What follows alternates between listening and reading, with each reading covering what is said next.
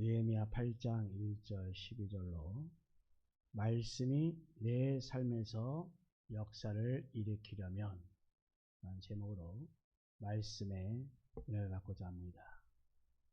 오늘 예배 가운데 여러분 말씀 듣는 가운데 그 말씀이 여러분 가운데 역사가 일어나기를 주님의 이름으로 축원합니다.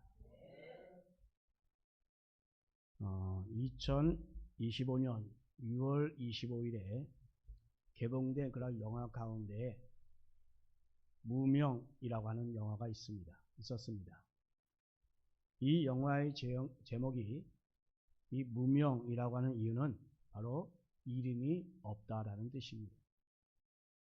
이 영화는 잘 알려지지 않은 무명의 일본의 선교사가 한국에 와서 선교를 하는 그러한 이야기입니다. 즉 명성하우가 시해된 그 을미사변 이듬해인 1896년 일본 개신교 최초의 선교사인 노리마츠 마사야스는 이 조선 국모가 일본에게 살해당했다는 그 소식을 듣고 죄책감에 이 조선인들에게 복음을 전하기 위하여 조선행을 결심했습니다. 그는 한국 이름을 송송이라고 부르며 조선인처럼 입고 생활하면서 수원의 최초의 교회인 현 수원 동신교회를 세워서 그곳을 중심으로 하여 전도를 했습니다. 그의 사모님 또한 이웃사랑에 헌신적이어서 낀을 긋는 그 청년들을 위하여 자신의 머리카락을 잘라서 장에 내다 팔아 그것을 가지고 양식을 사서 식사를 대접한 그런 일화도 있었습니다. 자, 이렇게 열심을 내주하며 힘을 쏟았던 그 부인이 33살 젊은 나이에 4남매를 남기고 영양실조로 하나님의 부르심을 받았습니다.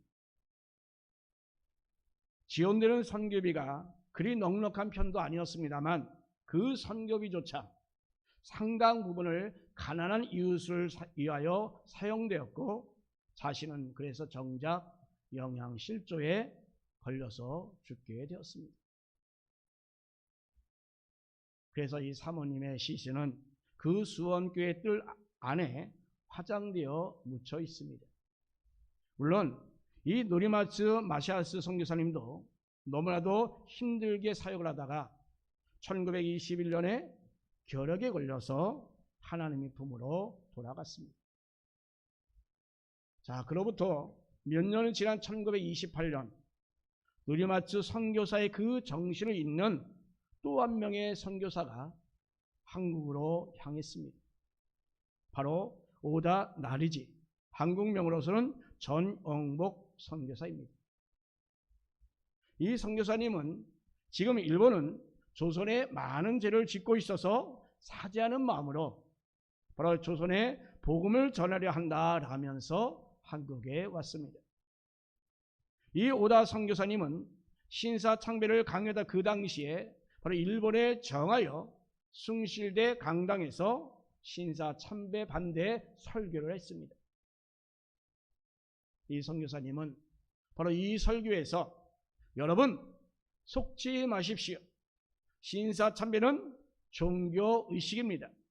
이는 하나님 외에 다른 것을 섬기지 말라는 그 십계명의 첫째와 둘째 계명을 어기는 죄입니다. 라고 이렇게 설교를 합니다. 그 일로 인하여 평양 경찰서에서 바로 이렇게 고문과 조사를 받다가 결국은 1937년 조선에서 강제 추방당했습니다. 자, 여러분, 우리는 익히 언더우드나 아펜젤라 선교사를 잘 알고 있습니다. 또한 토마스 선교사도 여러분 또 다 알 것입니다. 자, 그러나 오늘 소개한 이 노리마츠 마샤스나 오다 나리지 선교사는 아마 모를 것입니다. 처음 들어본 분도 있을 것입니다.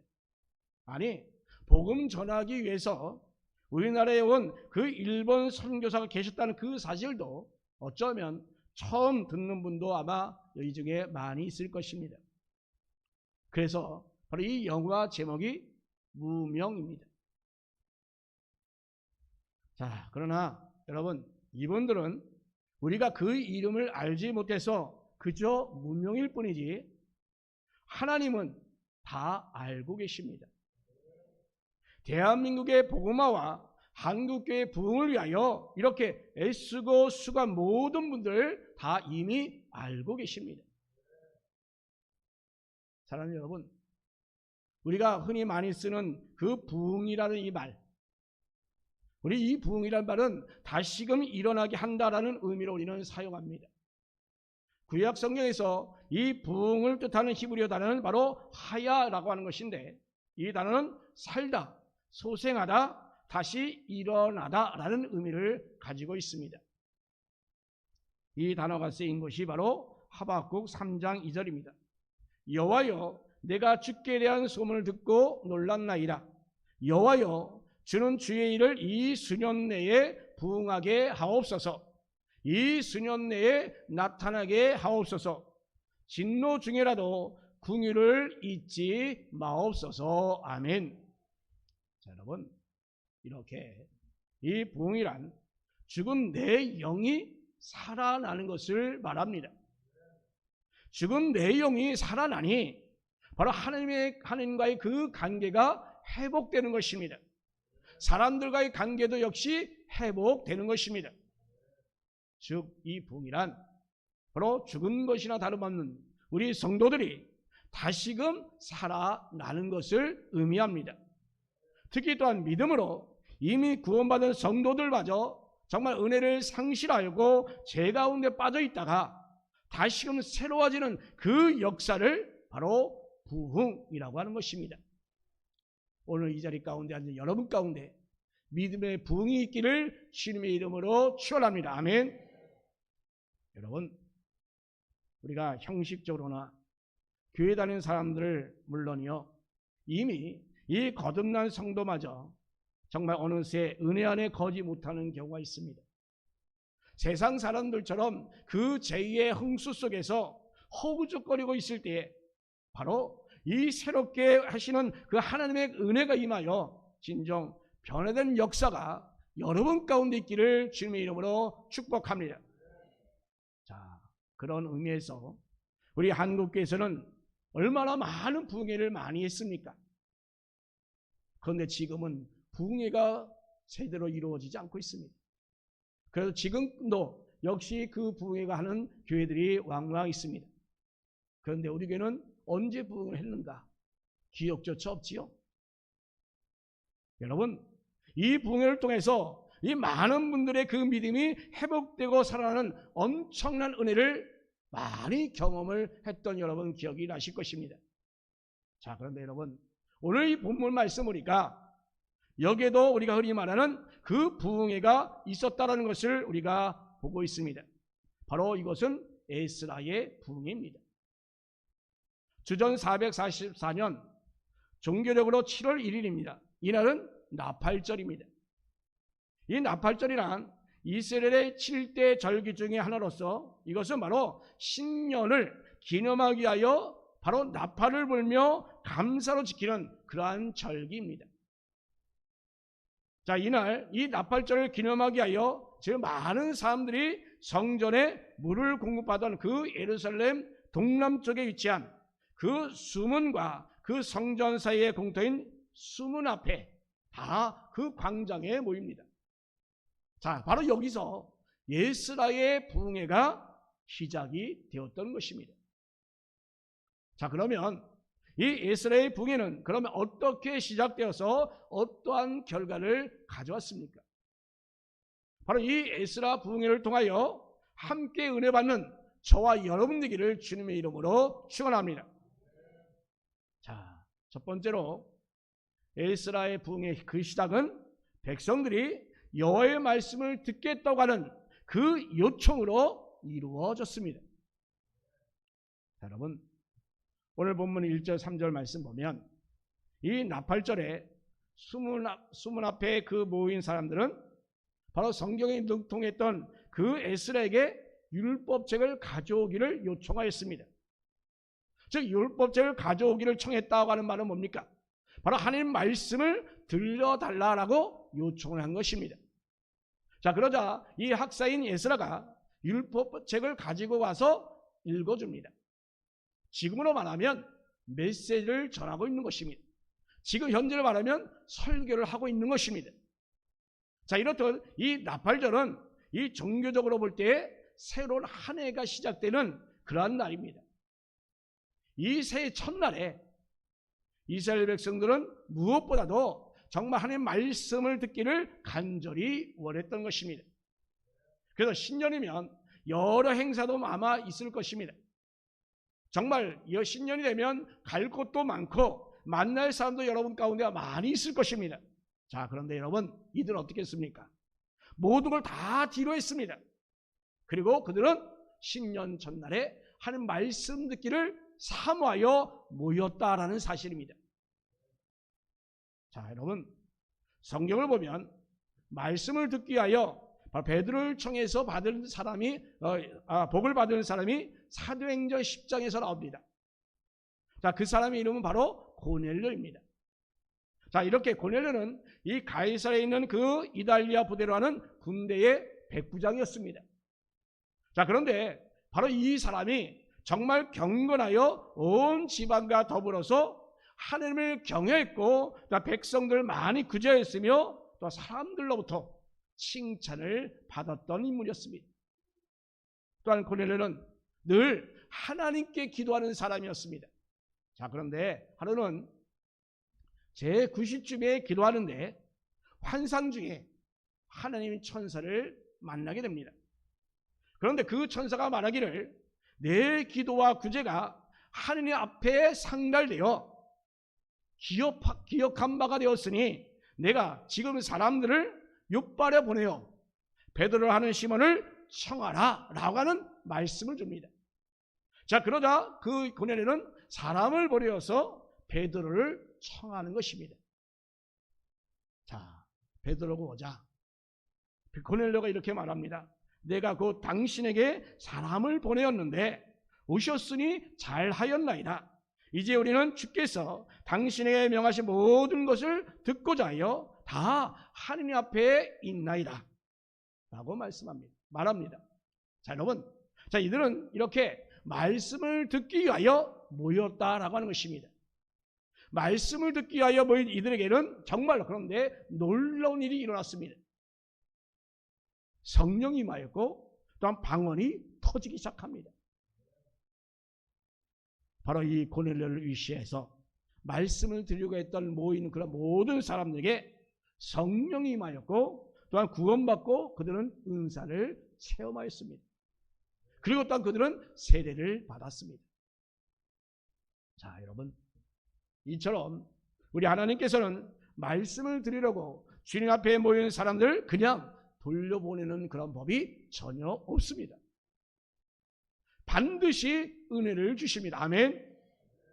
요한복음 6장을 보아도 말씀을 드리려고 모인 그런 사람들에게 우리 주님께서는 먹을 것을 주셨습니다.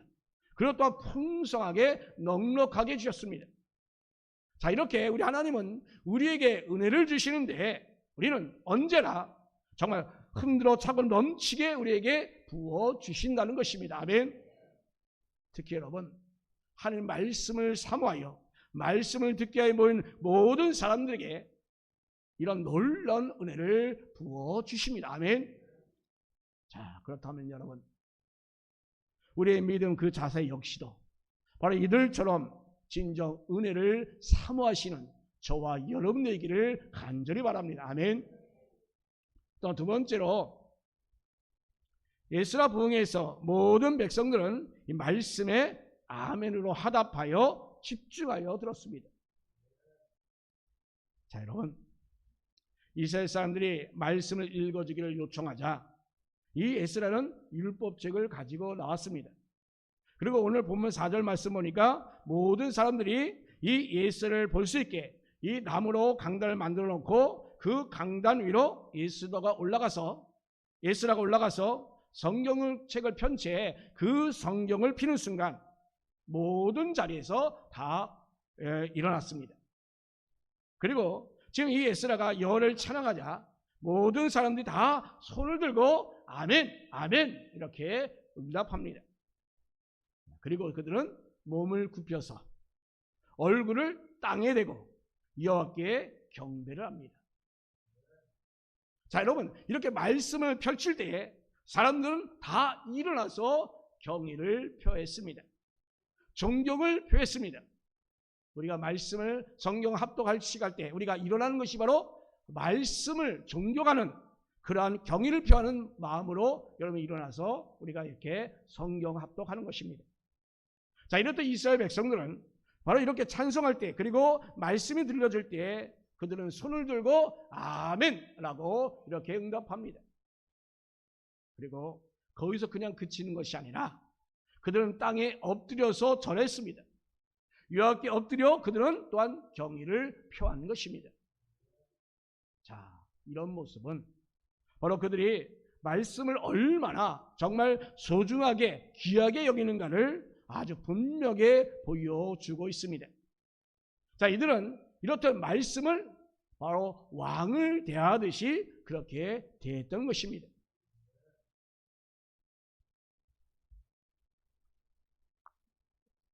자, 그 당시에 왕이 오면 모든 사람이 다 엎드립니다. 그리고 왕이 일어나라 라고 하면 그때서 비로소 일어났습니다. 그리고 그들은 손을 들고 환영합니다. 자, 왕이 말이라면 그들은 무조건 예라고 합니다. 그리고 그 앞에 그들은 무릎을 꿇습니다. 자, 이렇게 왕에게 대하는 것처럼 그 말씀을 바로 그렇게 대했던 것입니다. 정말 살아있는 왕처럼 그 말씀을 대한 것입니다. 여러분, 얼마나 놀라운 일입니까? 자, 조금 전 우리가 살펴보았던 사도행전 10장의 그 고넬료를 다시 한번 보면, 자, 고넬료가 이렇게 말합니다. 24절 25절입니다. 베드로를 초청하여 오자 이튿날 가이사랴에 들어가니 고넬료가 그의 친척과 가까운 친구들을 모아 기다리더니 마침 베드로가 들어올 때에 고넬료가 맞아 발 앞에 엎드려 절하니 라고 했습니다. 자, 이렇게 고넬료가 친구들과 모든 친척을 다 모아놓고 베드로를 기다렸습니다. 그리고 베드로가 오자 발 앞에 엎드렸습니다. 자, 여러분, 고넬료가 왜 이렇게 엎드리면서 절하기까지 했을까요? 자, 고넬료를 지금으로 말하면 그는 로마 군대의 중대장쯤 되는 그런 군인입니다. 더군다나 지금 어디입니까? 점령지에 파견 나온 군대의 백부장입니다. 그러면 그 당시에 그 지계에서 가장 지위가 높은 사람 아니겠습니까? 자, 그런데도 그런 위치에 있음에도 불구하고 그 고넬료는 지금 베드로에게 엎드려 절했습니다. 자, 여러분, 이 베드로라는 사람이, 이 베드로라는 인간이 정말 위대해서가 아닌 것입니다. 베드로가 바로 하나님 말씀을 전하는 사자이기 때문에 바로 이 고넬료는 그렇게 한 것입니다. 그리스도의 사자, 즉 대사이기 때문에 이 고넬료는 바로 그렇게 엎드려 절을 한 것입니다. 정말 한없이 존중의 표를 한 것입니다. 자, 그리고 그 말씀을 듣습니다. 그 말씀에 집중합니다. 그리고 아멘으로 받습니다. 자, 여러분, 그렇다면 나는 과연 어떤 하나님 말씀을 과연 어떻게 대하고 있습니까? 하나님 말씀을 여러분 지금 어떻게 듣고 있습니까? 마태복음 15장 이 32절 말씀이면 주님을 따르는 그 사람들을 우리가 보시면서 이렇게 예수님은 말씀합니다.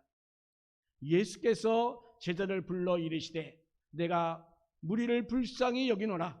그들이 나와 함께 있은지 이미 사흘임에 먹을 것이 없도다. 길에서 기진할까요? 굶겨 보내지 못하겠노라. 아멘.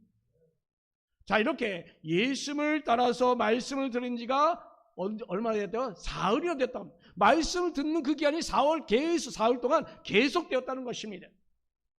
예수님을 따라다니면서 말씀을 듣느라 그들은 기진막진하고 힘이 없고 정말 길거리에 쓰러질 정도가 되었다는 것입니다. 먹지도 않고 하는 말씀을 듣느라고. 여러분, 오늘 본문 말씀도 그렇고 이 고넬료의 친구나 친척도 역시 다 같았습니다. 자, 이들은 이렇게 말씀을 삼하여 집중해서 말씀을 들었습니다.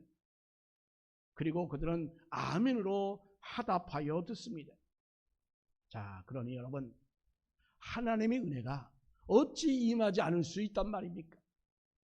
여러분, 이 시간 진짜 하나님의 은혜가 여러분 가운데 있기를 간절히 여러분 바라십니까? 그러한 간절한 마음으로 하나님 말씀을 듣기를 바랍니다. 한마디 한마디 한마디 그것이 땅에 떨어지지 않고 여러분 가슴 가운데, 여러분 심령 가운데 꽂아지기를 간절히 사모하며 아멘으로 화답하시기 바랍니다. 그러면 여러분 가운데 은혜가 충만하게 임하실 줄로 믿습니다. 아멘. 에레미야 23장 29절 말씀 보면 말씀이 불 같고 방망이 같다고 했습니다.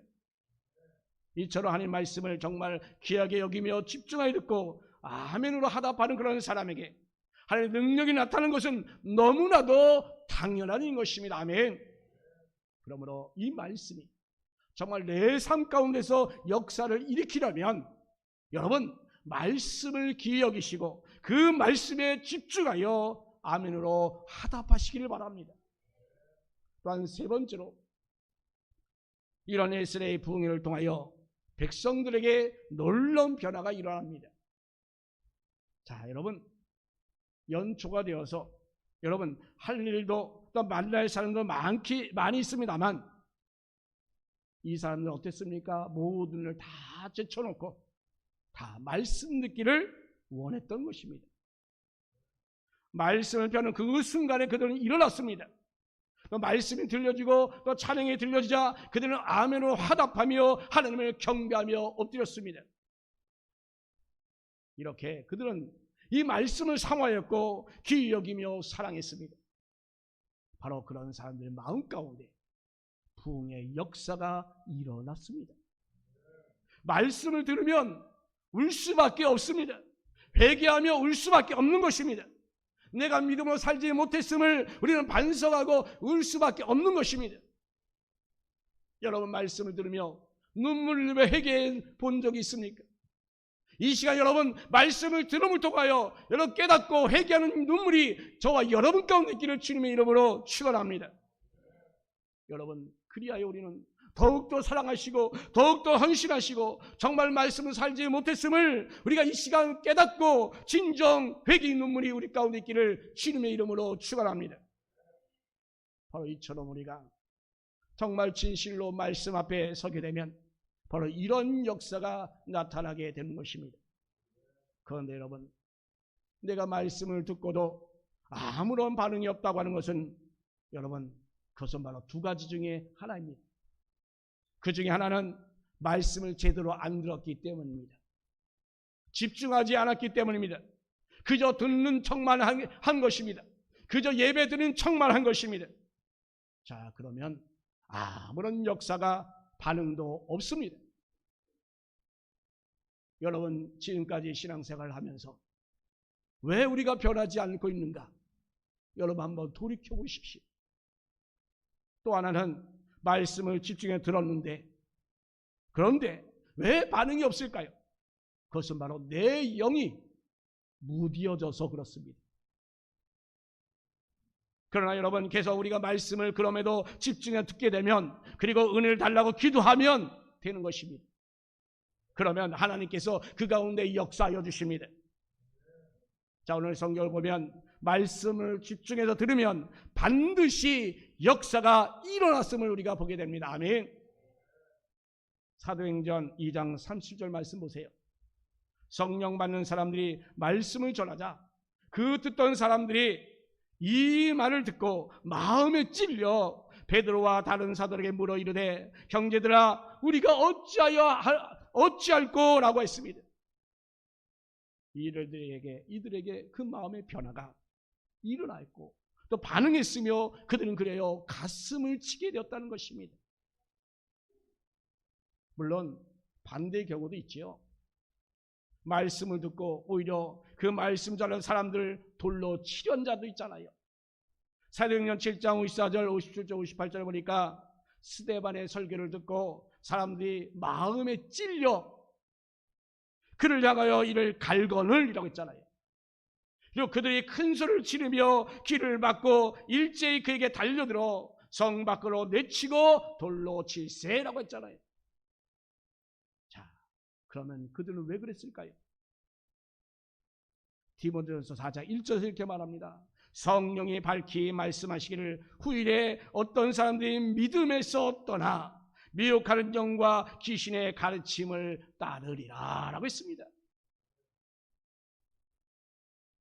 그들의 마음을 바로 이 귀신이, 이 약한 영이 주장했기 때문입니다. 그들이 바로 귀신과 그 악한 영을 그들이 따라갔기 때문인 것입니다. 여러분, 이런 사람들은 더욱더 말씀을 집중해서 들어야 될 줄로 믿습니다. 그렇지 않으면 그 말씀 가운데서 은혜를 결코 받지 못할 것입니다. 그 사람들은 정말 은혜 받지 못해도 사탄이 막아버리기 때문인 것입니다. 자, 그러다 보니까 말씀을 들어도 그 말씀 듣는 이유가 그 말씀에서 무언가 트집을 잡고자 하는 것입니다. 저 목사 설교를 어떻게 하네, 이렇게 하네, 저렇게 하네, 트집 잡기 위해서 약점을 잡으려고 하는 겁니다. 여러분, 무언가 꽃을 잡으려고 하는 것, 그렇게 하니 내 심정에 변화가 없는 겁니다. 아무리 어느란 말을 내뱉는 그런 설교자 할지라도 여러분이 받는 심령이 있다고 한다면 그 어느란 말투에서도 여러분 은혜를 받고 역사가 일어납니다. 아멘. 오늘 본문의 사람들 그런데 반대입니다. 그들은 어땠습니까? 말씀을 듣고자 왔습니다. 성령이 충만하게 임하였습니다. 바로 그런 그들에게 예수는 뭐라고 울지 말고 서로 협력하여 맛있는 것을 다 먹고 힘을 내라라고 했습니다. 그리고 여호와를 기뻐하라라고 말합니다. 그것이 결국은 바로 우리의 힘이요 능력이 된다라고 이렇게 말하고 있습니다. 사랑하는 성도 여러분, 오늘 본문에 나오는 이스라엘 사람들의 그 말씀의 태도와 그 자세가 바로 우리의 것이 되기를 간절히 소망합니다. 그래서 우리 모두가 바로 하나님의 말씀을 듣고 깨달아 진짜 하나님을 기뻐하며 힘과 능력이 임하기를, 여러분 가운데 임하기를 간절히 축복합니다. 이 놀라운 주님의 능력이 저 여러분까지 임하기를 간절히 바라며 예수님의 이름으로 축원합니다. 아멘.